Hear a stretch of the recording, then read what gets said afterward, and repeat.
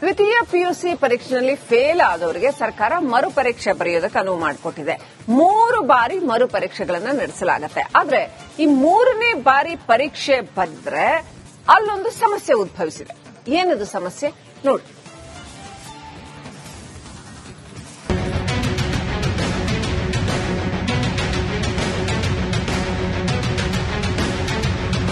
ನಿನ್ನೆಯಷ್ಟೇ ದ್ವಿತೀಯ ಪಿಯುಸಿ ಫಲಿತಾಂಶ ಹೊರಬಿದ್ದಿದೆ. 1,99,227 ಬಾಲಕರು ಉತ್ತೀರ್ಣರಾಗಿದ್ದಾರೆ. 2,69,212 ಬಾಲಕಿಯರು ತೇರ್ಗಡೆಯಾಗಿದ್ದಾರೆ. ಇನ್ನು ಫೇಲ್ ಆದ ವಿದ್ಯಾರ್ಥಿಗಳಿಗೆ 3 ಬಾರಿ ಪರೀಕ್ಷೆ ಬರೆಯಬಹುದು. ಆದ್ರೀಗ ಇದೇ ನೀತಿ ಈಗ ಗೊಂದಲಕ್ಕೆ ಕಾರಣವಾಗಿದೆ.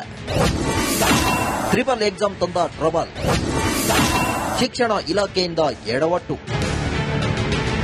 ಹೌದು, ಶಿಕ್ಷಣ ಇಲಾಖೆ ಇಂಥದ್ದೊಂದು ಎಡವಟ್ಟು ಮಾಡಿದೆ. ದ್ವಿತೀಯ ಪಿಯುಸಿ ಫೇಲ್ ಆದವರಿಗೆ 3 ಬಾರಿ ಪರೀಕ್ಷೆ ಬರೆಯಲು ಅವಕಾಶವಿದೆ. ಆದರೆ 3ನೇ ಬಾರಿ ಪರೀಕ್ಷೆ ಬರೆದ್ರೆ ಇಲ್ಲೊಂದು ಸಮಸ್ಯೆ ಉದ್ಭವಿಸಿದೆ. ಸಿಇಟಿಗೆ 3ನೇ ಪರೀಕ್ಷೆ ಪರಿಗಣನೆ ಆಗಲ್ಲ ಅಂತ ಕರ್ನಾಟಕ ಪರೀಕ್ಷಾ ಪ್ರಾಧಿಕಾರ ಹೇಳುತ್ತಿದೆ. 2 ಇಲಾಖೆಗಳ ಗೊಂದಲ, ವಿದ್ಯಾರ್ಥಿಗಳ ಮೇಲೆ ಪರಿಣಾಮ. ಶಿಕ್ಷಣ ಇಲಾಖೆ ಹಾಗೂ ಕರ್ನಾಟಕ ಪರೀಕ್ಷಾ ಪ್ರಾಧಿಕಾರ ನಡುವಿನ ಗೊಂದಲ ವಿದ್ಯಾರ್ಥಿಗಳ ಮೇಲೆ ಪರಿಣಾಮ ಬೀರಲಿದೆ. 3 ಬಾರಿ ದ್ವಿತೀಯ ಪಿಯು ಪರೀಕ್ಷೆ ಅಂತ ಶಿಕ್ಷಣ ಸಚಿವರು ದಿನಾಂಕ ಘೋಷಿಸಿದ್ದಾರೆ. ಆದರೆ 2 ಎಕ್ಸಾಮ್ ಆಗುವವರೆಗೆ ಮಾತ್ರ ಕಾಯಲು ಸಾಧ್ಯ ಅಂತ ಕರ್ನಾಟಕ ಪರೀಕ್ಷಾ ಪ್ರಾಧಿಕಾರ ಹೇಳುತ್ತಿದೆ. ಹೀಗಾಗಿ 3ನೇ ಪರೀಕ್ಷೆ ಬರೆದು ಪಾಸ್ ಆದರೂ ನೋ ಯೂಸ್ ಎನ್ನುವಂತಾಗಿದೆ. ಶಿಕ್ಷಣ ಇಲಾಖೆ ನೀಡಿರುವ ಪಿಯುಸಿ 3ನೇ ಪರೀಕ್ಷೆ ಬರೆದು ಪಾಸ್ ಆದರೂ ವಿದ್ಯಾರ್ಥಿಗಳು ಮತ್ತೊಂದು ವರ್ಷ ಕಾಯಲೇಬೇಕಾದ ಅನಿವಾರ್ಯತೆ ಎದುರಾಗಿದೆ. 2 ಪರೀಕ್ಷೆ ಮಾತ್ರ ಪರಿಗಣನೆ ಎಂದು ಕೆಇಎ ನಿರ್ಧಾರ ಮಾಡಿದೆ. 3ನೇ ಪರೀಕ್ಷೆ ಫಲಿತಾಂಶ ಪರಿಗಣನೆ ಇಲ್ಲ ಅಂತಿದೆ. ಇನ್ನು ದೇಶಾದ್ಯಂತ ಸೀಟ್ ಅಲಾಟ್ ಮಾಡುವ ಕಾರಣ ನೀಟ್ ಮತ್ತಿತರ ಪರೀಕ್ಷೆ ಹಿನ್ನೆಲೆ ಈ ಬಾರಿ 2 ಪರೀಕ್ಷೆ ಮಾತ್ರ ಪರಿಗಣನೆಗೆ ಕೆಇಎ ಮುಂದಾಗಿದೆ. ಇದರಿಂದ ಪಿಯು 3ನೇ ಪರೀಕ್ಷೆ ಬರೆಯೋರಿಗೆ ಸಂಕಷ್ಟ ಶುರುವಾಗಿದೆ. 2ನೇ ಪರೀಕ್ಷೆ ಲೆಕ್ಕಕ್ಕೆ ಅಂದ್ರೆ 3 ಪರೀಕ್ಷೆ ಯಾಕೆ ನಡೆಸಬೇಕು ಅಂತ ಪೋಷಕರು ಆಕ್ರೋಶ ಹೊರಹಾಕ್ತಿದ್ದಾರೆ. ದೀಪ್ತಿ ತೋಳ್ಪಾಡಿ, ರಿಪಬ್ಲಿಕ್ ಕನ್ನಡ, ಬೆಂಗಳೂರು. ದ್ವಿತೀಯ ಪಿಯುಸಿ ಪರೀಕ್ಷೆಯಲ್ಲಿ ಫೇಲ್ ಆದವರಿಗೆ ಸರ್ಕಾರ ಮರುಪರೀಕ್ಷೆ ಬರೆಯೋದಕ್ಕೆ ಅನುವು ಮಾಡಿಕೊಟ್ಟಿದೆ. 3 ಬಾರಿ ಮರುಪರೀಕ್ಷೆಗಳನ್ನು ನಡೆಸಲಾಗುತ್ತೆ. ಆದ್ರೆ ಈ 3ನೇ ಬಾರಿ ಪರೀಕ್ಷೆ ಬಂದ್ರೆ ಅಲ್ಲೊಂದು ಸಮಸ್ಯೆ ಉದ್ಭವಿಸಿದೆ. ಏನದು ಸಮಸ್ಯೆ ನೋಡಿ.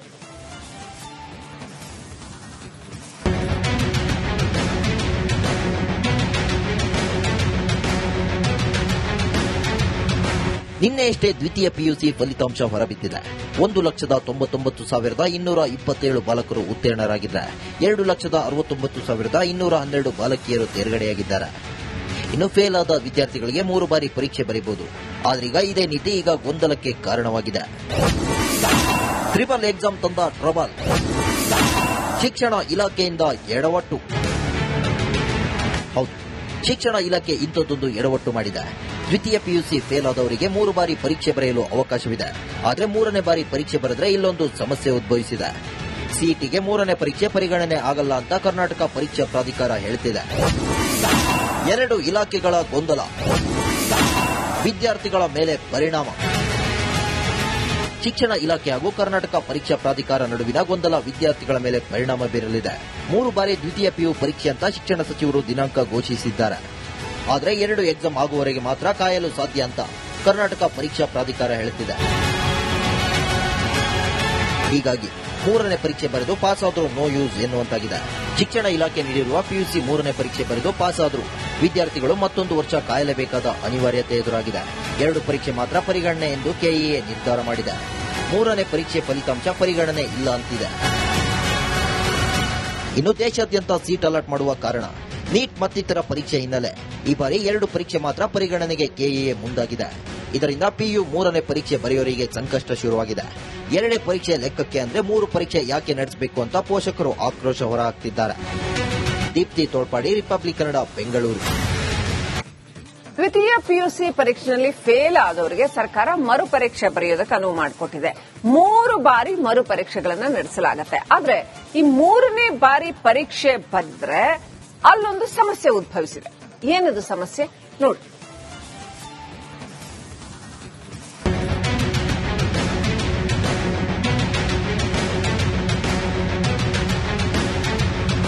ನಿನ್ನೆಯಷ್ಟೇ ದ್ವಿತೀಯ ಪಿಯುಸಿ ಫಲಿತಾಂಶ ಹೊರಬಿದ್ದಿದೆ. 1,99,227 ಬಾಲಕರು ಉತ್ತೀರ್ಣರಾಗಿದ್ದಾರೆ. 2,69,212 ಬಾಲಕಿಯರು ತೇರ್ಗಡೆಯಾಗಿದ್ದಾರೆ. ಇನ್ನು ಫೇಲ್ ಆದ ವಿದ್ಯಾರ್ಥಿಗಳಿಗೆ 3 ಬಾರಿ ಪರೀಕ್ಷೆ ಬರೆಯಬಹುದು. ಆದ್ರೀಗ ಇದೇ ನೀತಿ ಈಗ ಗೊಂದಲಕ್ಕೆ ಕಾರಣವಾಗಿದೆ. ಟ್ರಿಪಲ್ ಎಕ್ಸಾಮ್ ತಂದ ಟ್ರಬಲ್, ಶಿಕ್ಷಣ ಇಲಾಖೆಯಿಂದ ಎಡವಟ್ಟು. ಹೌದು, ಶಿಕ್ಷಣ ಇಲಾಖೆ ಇಂಥದ್ದೊಂದು ಎಡವಟ್ಟು ಮಾಡಿದೆ. ದ್ವಿತೀಯ ಪಿಯುಸಿ ಫೇಲ್ ಆದವರಿಗೆ 3 ಬಾರಿ ಪರೀಕ್ಷೆ ಬರೆಯಲು ಅವಕಾಶವಿದೆ. ಆದರೆ 3ನೇ ಬಾರಿ ಪರೀಕ್ಷೆ ಬರೆದ್ರೆ ಇಲ್ಲೊಂದು ಸಮಸ್ಯೆ ಉದ್ಭವಿಸಿದೆ. ಸಿಇಟಿಗೆ 3ನೇ ಪರೀಕ್ಷೆ ಪರಿಗಣನೆ ಆಗಲ್ಲ ಅಂತ ಕರ್ನಾಟಕ ಪರೀಕ್ಷಾ ಪ್ರಾಧಿಕಾರ ಹೇಳ್ತಿದೆ. 2 ಇಲಾಖೆಗಳ ಗೊಂದಲ, ವಿದ್ಯಾರ್ಥಿಗಳ ಮೇಲೆ ಪರಿಣಾಮ. ಶಿಕ್ಷಣ ಇಲಾಖೆ ಹಾಗೂ ಕರ್ನಾಟಕ ಪರೀಕ್ಷಾ ಪ್ರಾಧಿಕಾರ ನಡುವಿನ ಗೊಂದಲ ವಿದ್ಯಾರ್ಥಿಗಳ ಮೇಲೆ ಪರಿಣಾಮ ಬೀರಲಿದೆ. 3 ಬಾರಿ ದ್ವಿತೀಯ ಪಿಯು ಪರೀಕ್ಷೆ ಅಂತ ಶಿಕ್ಷಣ ಸಚಿವರು ದಿನಾಂಕ ಘೋಷಿಸಿದ್ದಾರೆ. ಆದರೆ 2 ಎಕ್ಸಾಮ್ ಆಗುವವರೆಗೆ ಮಾತ್ರ ಕಾಯಲು ಸಾಧ್ಯ ಅಂತ ಕರ್ನಾಟಕ ಪರೀಕ್ಷಾ ಪ್ರಾಧಿಕಾರ ಹೇಳುತ್ತಿದೆ. ಹೀಗಾಗಿ 3ನೇ ಪರೀಕ್ಷೆ ಬರೆದು ಪಾಸ್ ಆದರೂ ನೋ ಯೂಸ್ ಎನ್ನುವಂತಾಗಿದೆ. ಶಿಕ್ಷಣ ಇಲಾಖೆ ನೀಡಿರುವ ಪಿಯುಸಿ 3ನೇ ಪರೀಕ್ಷೆ ಬರೆದು ಪಾಸ್ ಆದರೂ ವಿದ್ಯಾರ್ಥಿಗಳು ಮತ್ತೊಂದು ವರ್ಷ ಕಾಯಲೇಬೇಕಾದ ಅನಿವಾರ್ಯತೆ ಎದುರಾಗಿದೆ. 2 ಪರೀಕ್ಷೆ ಮಾತ್ರ ಪರಿಗಣನೆ ಎಂದು ಕೆಇಎ ನಿರ್ಧಾರ ಮಾಡಿದೆ. 3ನೇ ಪರೀಕ್ಷೆ ಫಲಿತಾಂಶ ಪರಿಗಣನೆ ಇಲ್ಲ ಅಂತಿದೆ. ಇನ್ನು ದೇಶಾದ್ಯಂತ ಸೀಟ್ ಅಲಾಟ್ ಮಾಡುವ ಕಾರಣ ನೀಟ್ ಮತ್ತಿತರ ಪರೀಕ್ಷೆ ಹಿನ್ನೆಲೆ ಈ ಬಾರಿ 2 ಪರೀಕ್ಷೆ ಮಾತ್ರ ಪರಿಗಣನೆಗೆ ಕೆಇಎ ಮುಂದಾಗಿದೆ. ಇದರಿಂದ ಪಿಯು 3ನೇ ಪರೀಕ್ಷೆ ಬರೆಯೋರಿಗೆ ಸಂಕಷ್ಟ ಶುರುವಾಗಿದೆ. 2ನೇ ಪರೀಕ್ಷೆ ಲೆಕ್ಕಕ್ಕೆ ಅಂದ್ರೆ 3 ಪರೀಕ್ಷೆ ಯಾಕೆ ನಡೆಸಬೇಕು ಅಂತ ಪೋಷಕರು ಆಕ್ರೋಶ ಹೊರಹಾಕ್ತಿದ್ದಾರೆ. ದೀಪ್ತಿ ತೋಳ್ಪಾಡಿ, ರಿಪಬ್ಲಿಕ್ ಕನ್ನಡ, ಬೆಂಗಳೂರು. ದ್ವಿತೀಯ ಪಿಯುಸಿ ಪರೀಕ್ಷೆಯಲ್ಲಿ ಫೇಲ್ ಆದವರಿಗೆ ಸರ್ಕಾರ ಮರುಪರೀಕ್ಷೆ ಬರೆಯೋದಕ್ಕೆ ಅನುವು ಮಾಡಿಕೊಟ್ಟಿದೆ. 3 ಬಾರಿ ಮರುಪರೀಕ್ಷೆಗಳನ್ನು ನಡೆಸಲಾಗುತ್ತೆ. ಆದ್ರೆ ಈ 3ನೇ ಬಾರಿ ಪರೀಕ್ಷೆ ಬಂದ್ರೆ ಅಲ್ಲೊಂದು ಸಮಸ್ಯೆ ಉದ್ಭವಿಸಿದೆ. ಏನದು ಸಮಸ್ಯೆ ನೋಡಿ.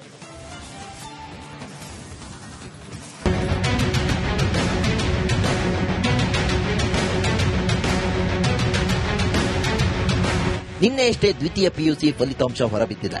1,99,227 ಬಾಲಕರು ಉತ್ತೀರ್ಣರಾಗಿದ್ದಾರೆ. 2,69,212 ಬಾಲಕಿಯರು ತೇರ್ಗಡೆಯಾಗಿದ್ದಾರೆ. ಇನ್ನು ಫೇಲ್ ಆದ ವಿದ್ಯಾರ್ಥಿಗಳಿಗೆ 3 ಬಾರಿ ಪರೀಕ್ಷೆ ಬರೆಯಬಹುದು.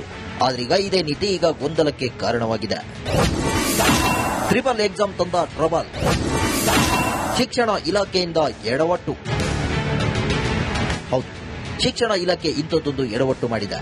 ದ್ವಿತೀಯ ಪಿಯುಸಿ ಫೇಲ್ ಆದವರಿಗೆ 3 ಬಾರಿ ಪರೀಕ್ಷೆ ಬರೆಯಲು ಅವಕಾಶವಿದೆ. ಆದರೆ 3ನೇ ಬಾರಿ ಪರೀಕ್ಷೆ ಬರೆದ್ರೆ ಇಲ್ಲೊಂದು ಸಮಸ್ಯೆ ಉದ್ಭವಿಸಿದೆ. ಸಿಇಟಿಗೆ 3ನೇ ಪರೀಕ್ಷೆ ಪರಿಗಣನೆ ಆಗಲ್ಲ ಅಂತ ಕರ್ನಾಟಕ ಪರೀಕ್ಷಾ ಪ್ರಾಧಿಕಾರ ಹೇಳ್ತಿದೆ. 2 ಇಲಾಖೆಗಳ ಗೊಂದಲ, ವಿದ್ಯಾರ್ಥಿಗಳ ಮೇಲೆ ಪರಿಣಾಮ. ಶಿಕ್ಷಣ ಇಲಾಖೆ ಹಾಗೂ ಕರ್ನಾಟಕ ಪರೀಕ್ಷಾ ಪ್ರಾಧಿಕಾರ ನಡುವಿನ ಗೊಂದಲ ವಿದ್ಯಾರ್ಥಿಗಳ ಮೇಲೆ ಪರಿಣಾಮ ಬೀರಲಿದೆ.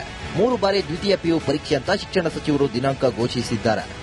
ಆದರೆ 2 ಎಕ್ಸಾಮ್ ಆಗುವವರೆಗೆ ಮಾತ್ರ ಕಾಯಲು ಸಾಧ್ಯ ಅಂತ ಕರ್ನಾಟಕ ಪರೀಕ್ಷಾ ಪ್ರಾಧಿಕಾರ ಹೇಳುತ್ತಿದೆ. ಹೀಗಾಗಿ 3ನೇ ಪರೀಕ್ಷೆ ಬರೆದು ಪಾಸ್ ಆದರೂ ನೋ ಯೂಸ್ ಎನ್ನುವಂತಾಗಿದೆ.